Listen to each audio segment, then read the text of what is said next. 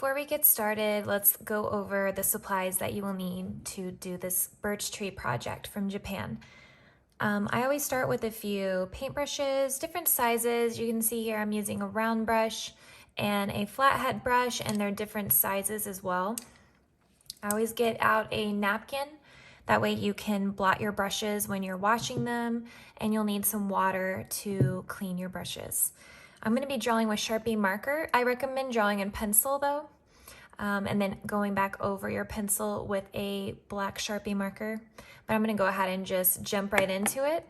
And a white, either an oil pastel or a white crayon, and watercolors. So I'm using metallic watercolor set because I really like the shiny colors for this project, but you can use any watercolors that you have. And if you don't have any watercolors, you can also use markers and then get a wet paintbrush and go over your marker colors, and it will do the same thing.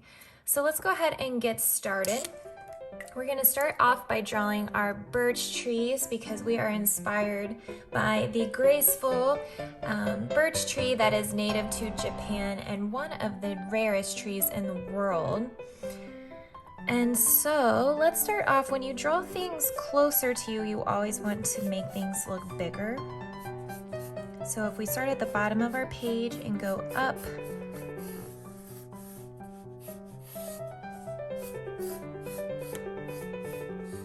so this is going to be my biggest one.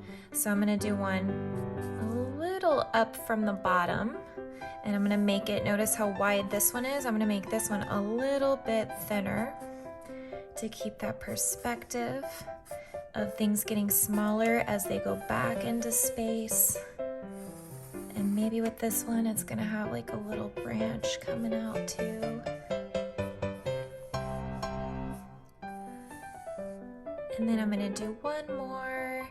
Let's see, I'm going to do one so even higher. I'm going to go up over here, and notice how thick this one is. We're going to go even thinner since it is higher, meaning it is farther away. And then maybe this one has a branch going off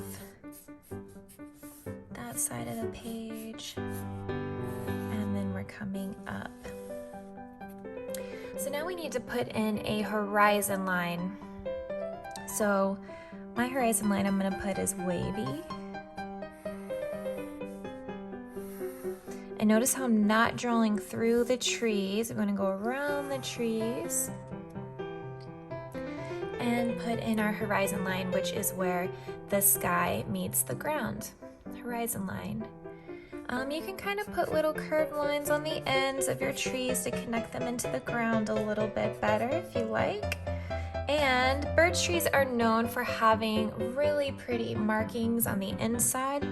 So I'm going to take my marker and just start to put in a nice little pattern design of these black lines. And you can vary the sizes. Maybe you want to go all the way across on some. Maybe you want to make some smaller. Put little bitty baby ones in there. Whatever it is you want to do. So I'm going to speed this process up. You go ahead and put in your lines, and you can pause this video until you get all your lines put in, okay?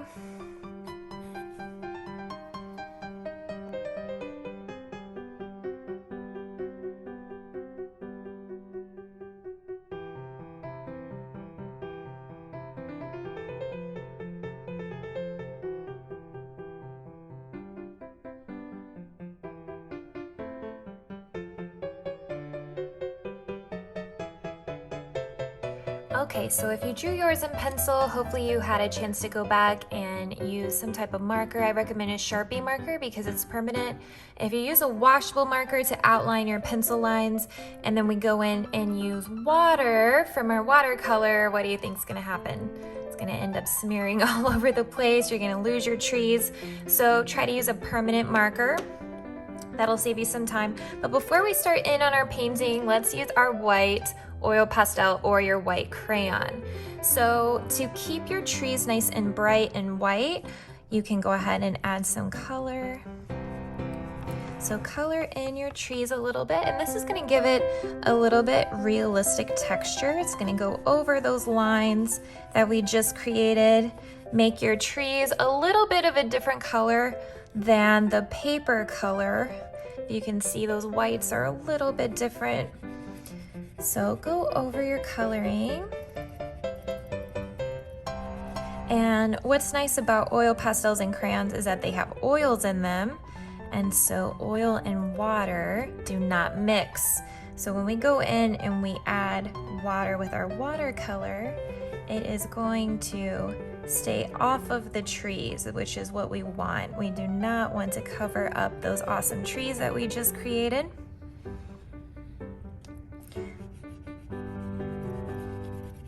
So color in your trees with some type of material that has oil, like a crayon or an oil pastel.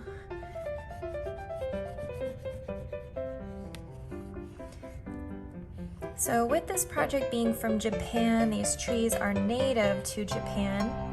We can add in Japanese symbols too. So what's fun, I like to use white not only because the birch tree is white, that's not the only reason. Another reason is because it's kind of fun to do secret messages. That's why I left some empty space between the trees, so we can use this white crayon to draw a Japanese symbol in the negative space, and then when we paint over it, that symbol will resist the watercolor and will stand out. Okay, so I'm going to be doing the Japanese symbol for strength. You can easily look up some different symbols that you want to use. So I'm gonna get my sketchbook out. And another place where I saw some birch trees was in Finland, and they had reindeer. So I took a sketch of that. So Japanese symbol for strength is a line going down, kind of a curved line. Crossing it, a line coming down, and then curving. So this one represents strength.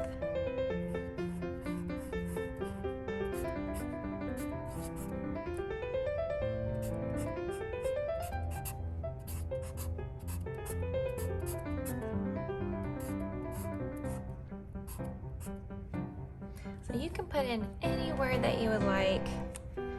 So I'm going to recreate that same symbol over here to the side. And I'll keep it on the screen in case you would like to also use the same symbol. So line down, crossing, going down again, and then over. And make sure that you add lots of oil. Push down hard, that way when you start painting, it will definitely pop up. There we go, we got some hidden messages now. All right, so grab your watercolor palette or your markers, if that's what you're using, your washable markers. And I like to use different size brushes. I'm gonna use a thicker brush for the bigger areas, and then I'm gonna use a smaller brush for the smaller areas. I always fill my brush bristles with water, and then I load the brush, and whatever color I'm going to use, I just tap it into the paint container, and you'll see all that water, and then I just swirl my brush in, and then I apply it right to the paper. So let's go on top of that symbol that I just made. So again, you're gonna have to kind of fill your brush constantly when you're using watercolor with different waters that you're wanting to use. And notice how that just goes right off of the oil pastel. What's fun about watercolors too is that you can tap water into all different colors. So if I'm wanting cool colors, which is blues and purples and greens, I can fill those, and then I can mix them. So I'm going to try to stay above this horizon line, this wavy line that we created, because this is going to be the sky area. And since we put oil pastel or excuse me, white crayon in your birch trees, you don't have to worry so much about staying inside the lines. If you accidentally roll into your tree, look what happens. It just beads up, and then you can just wipe that off with your finger. So should be nice and relaxing, not stressful. And then when you have little small areas, that's when you want to take your smaller brush and go in and add some detail areas. So I'm gonna go ahead and paint my sky, blend some cool colors. You can choose whatever colors you want to use.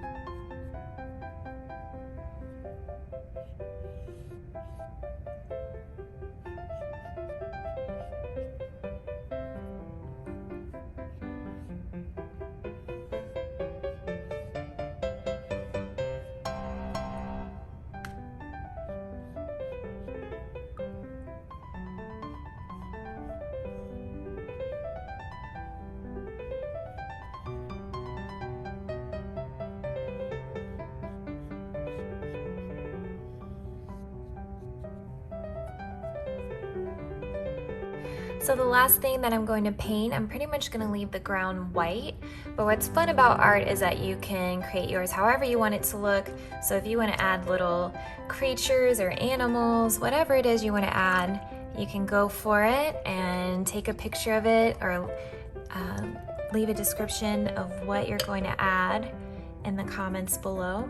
I'm going to now do a little bit of a cast shadow. So on my trees here, I'm just going to fill my brush. A little bit of green got in there, and that's okay. The cool thing too with watercolor, if you don't like something, you take your paper towel, you can just dab it right up, put some more water on it, it usually will come right off. And we can always cover it. So that's what I plan to do.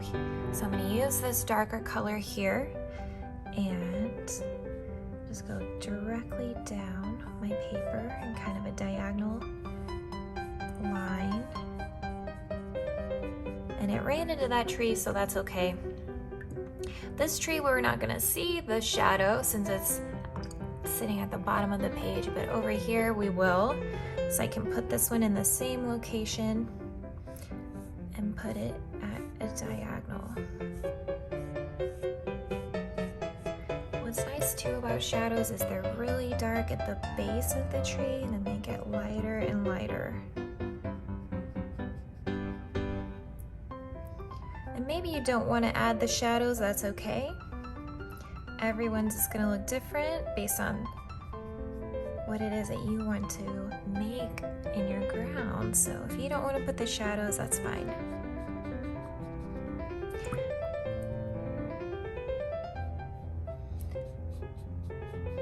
And then since we're doing watercolor, we already used the oil pastel or the crayon technique. Another one that's my favorite is the splatter. So I like to load my brush with that water and color. If yours does not look liquidy, that means you need to dip your brush in your water and tap some in. Make sure it's nice and liquidy. So load your brush up, and then this is pretty fun. You can take your finger and sprinkle it. It's gonna give you little dots all over. So there you go.